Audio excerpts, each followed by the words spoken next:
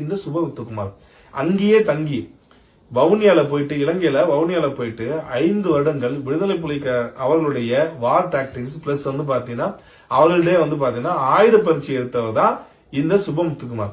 இப்ப தெரியுதுங்களா, சீமான் அவர்களுடைய அந்த வாய் கூசாம பேசுகின்ற கதைகள், வாய் கூசாம சொல்கின்ற கட்டுக்கதைகள், இது எல்லாமே பாத்தீங்கன்னா சுபமுத்துக்குமார் அவர்கள் அந்த 5 வருடங்கள் அவர் அந்த கத்துக்கிட்ட விஷயத்த அவர் சீமான் சொல்றதுதான்.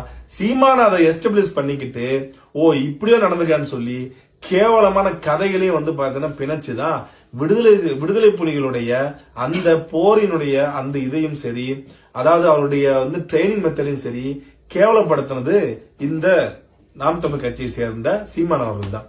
வாயை திறந்தாலே பொய் தான் வரும்.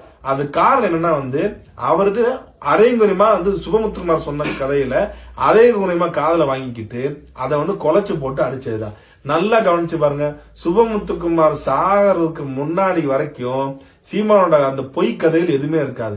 இவர் இறந்த பின்புதான் எல்லா வகையான பொய்களும் வெளியே ஆரம்பிச்சிச்சு. அதாவது நாம் தமிழர் கட்சியும் விடுதலை புலிகளும் அடாப்ட் பண்ணி அவர் மேதகளுடைய புகைப்படத்தை பயன்படுத்தல இருந்து அவர் தான் நான் தாண்டா அந்த பிரபாகரனை அப்படின்னு சொல்ற அளவுக்கு கொண்டு போனது காரணமே இவருடைய இறப்பு தான்.